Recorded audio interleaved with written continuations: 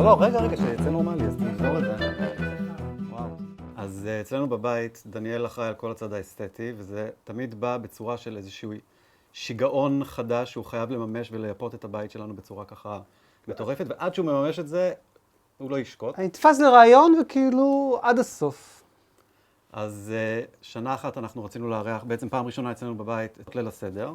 וברור שליל הסדר צריך מפיות בד, כי הוא לא יהיה מפיות איקאה בליל הסדר. כן. אנחנו חיים במאה ה-19 מסתבר, וחייבים מפיות בד.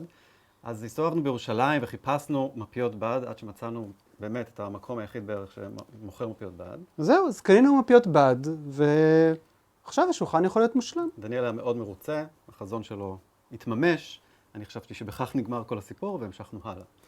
ואז אחת הפעמים שאנחנו יושבים עם אמא שלו, היא אומרת, או שואלת, תנו לי רעיון לפרויקט רקמה.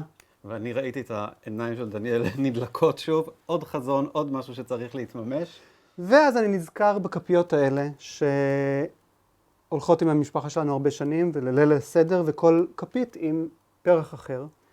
אז אמרתי, תשבי, תרקמי לנו 12 מפיות, על כל מפית פרח תואם לכפית. והאמת היא שמחה לעשות את זה, וזה יצא מהמם. וזהו, ואז כולם נכנסים, מתיישבים סביב שולחן הסדר, ורואים את הדבר הזה, וממש כאילו, כולם התלהבו, זה היה ממש יפה, וככה... היה באמת שולחן מדהים, ואנחנו פשוט ישבנו שם כל הערב, ורק חשבנו על זה שאנחנו בעצם הבאנו פה את שתי המשפחות שלנו ביחד, סביב האובייקטים הכל כך יפים האלה, שהם מתכתבים אחד עם השני, והפכו את ליל הסדר לכל כך יפה.